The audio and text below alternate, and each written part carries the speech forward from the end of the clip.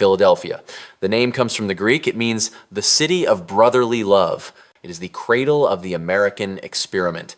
This is where the ink dried on the Declaration of Independence. This is where the Liberty Bell rang out to announce the birth of a nation founded on the pursuit of happiness. It is a city of monuments, of history, of pride. It is the place where America decided what it wanted to be. But if you take the Market-Frankford line, the L, just a few miles north of those marble monuments, you arrive at a different kind of monument. You arrive at a monument to American failure. You arrive at Kensington Avenue. In 2025, Kensington is no longer just a neighborhood. It is an apocalypse. It is a containment zone where the social contract has been torn to shreds, burned, and injected into the veins of a forgotten population. We are witnessing the most concentrated, visceral, and horrifying drug epidemic in the history of the Western world. This is not a story about getting high. This is a story about a city that has been hollowed out, abandoned, and left to rot. This is the story of Philadelphia's fentanyl apocalypse. Welcome to the city that America left behind. To walk down Kensington Avenue today is to walk through a waking nightmare. It is a sensory assault. The smell of burning trash, stale urine, and rotting flesh hangs heavy in the humid air under the train tracks. The shadows cast by the L train create a permanent twilight, a dungeon without walls where thousands of souls are trapped in a cycle of chemical slavery. But to understand why 2025 is different, why we call this an apocalypse and not just a crisis, we have to look at the chemistry. For years, the enemy was heroin. Then it was fentanyl, the synthetic killer that drove overdose deaths to record highs. But Philadelphia is the epicenter of a new horror. It is the testing ground for xylazine, known on the street as tranq. Tranq is a veterinary tranquilizer used for sedating horses and cattle. It was never intended for human consumption.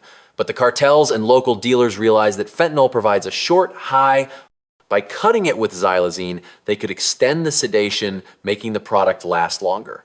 It was a business decision. The result is a humanitarian catastrophe. Xylazine is not an opioid. Narcan, the miracle antidote that reverses fentanyl overdoses, does not work on trunk. When a person overdoses on this cocktail, you can revive their breathing, but they remain comatose, locked in a blackout state for hours. But the most terrifying effect of tranq is what it does to the human body. It is a vasoconstrictor. It shuts down blood flow to the skin. This causes the user's flesh to die, not just at the injection site, but anywhere on the body. We are seeing people in Kensington with open, necrotic wounds that expose muscle, tendon, and bone. These are chemical burns from the inside out. In 2025, the streets of Kensington are filled with the walking wounded.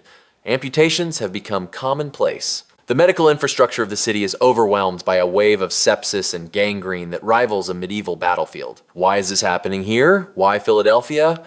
To answer that, we have to look at the geography of abandonment.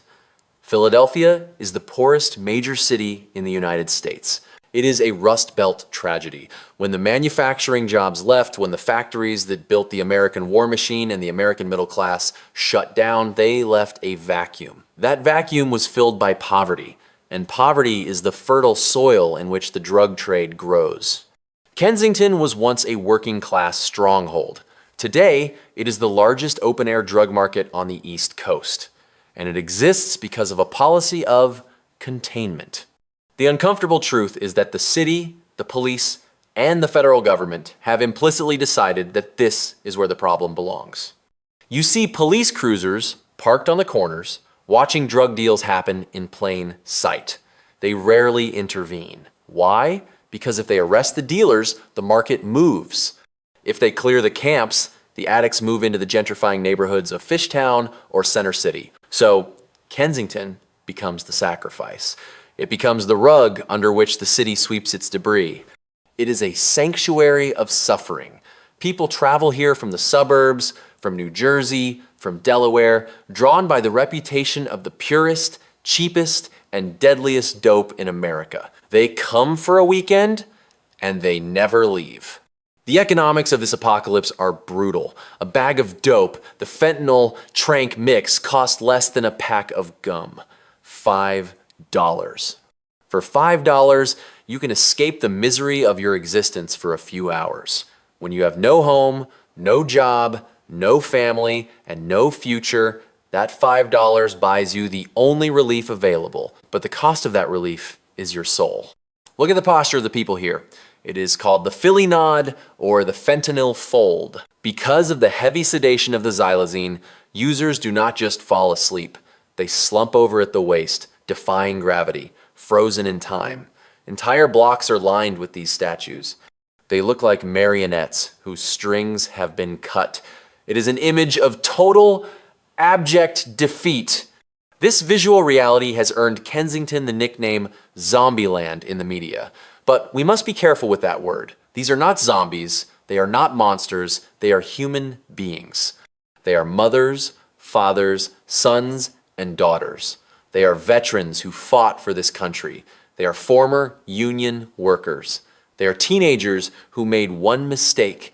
They are the victims of a pharmaceutical industry that flooded the country with painkillers, sparking the addiction. They are the victims of cartels that switched to synthetics to maximize profit. And they are the victims of a society that looks at a sick person and sees a criminal. In 2025, the crisis has evolved into a public health standoff. The harm reduction teams, the brave souls handing out clean needles and wound care kits, are the only thing standing between these people and death. They are fighting a war with Band-Aids. They are trying to treat necrotic wounds on a dirty sidewalk. They are trying to reverse overdoses in alleys filled with rats. And the city?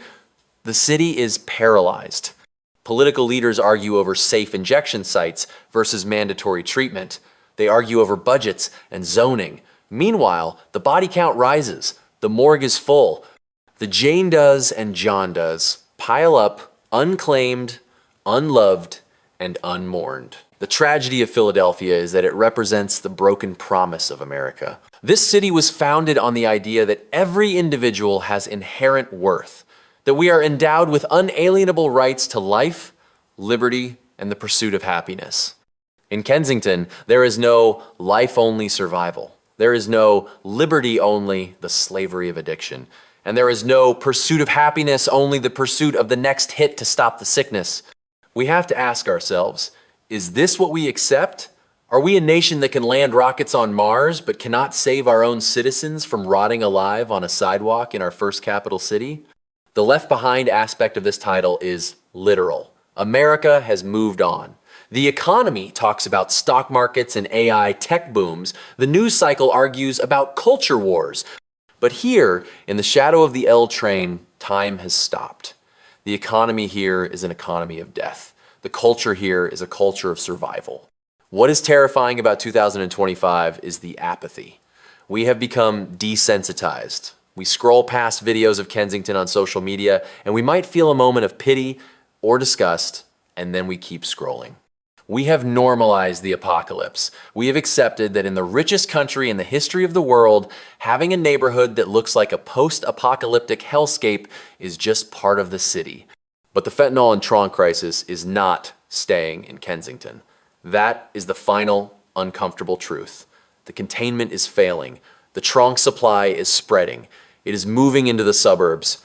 It is moving into the rural counties. Philadelphia is just the laboratory. It is the warning shot. If we do not address the root causes here, the poverty, the lack of mental health care, the supply chain of poison, then Kensington is not an anomaly. It is a prophecy.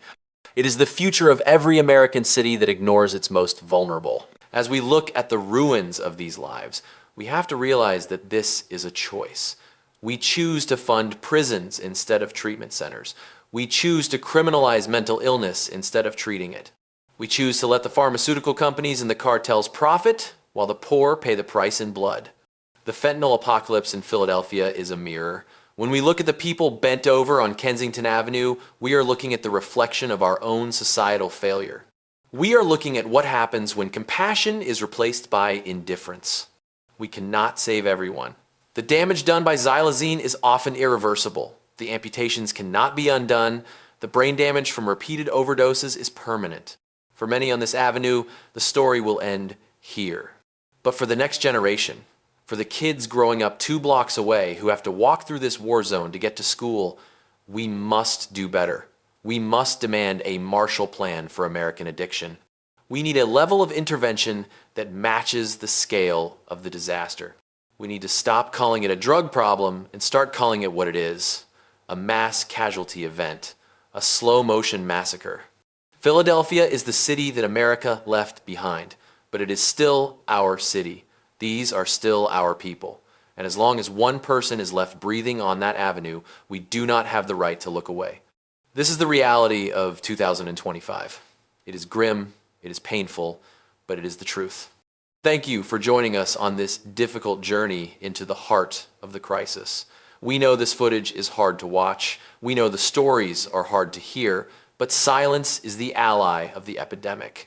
If you believe that America needs to wake up to the reality of the fentanyl and tranq crisis, please like this video. It helps us break the algorithm and force this conversation into the mainstream. And please, subscribe to America's Uncomfortable Truth. We are committed to documenting the parts of our society that the news forgets. We will keep coming back. We will keep filming. Leave a comment below. What do you think is the solution? Is it forced treatment? Is it housing? Or is it something else? Let's start the debate that the politicians are afraid to have. Until next time, keep your eyes open, stay safe, and never forget the forgotten.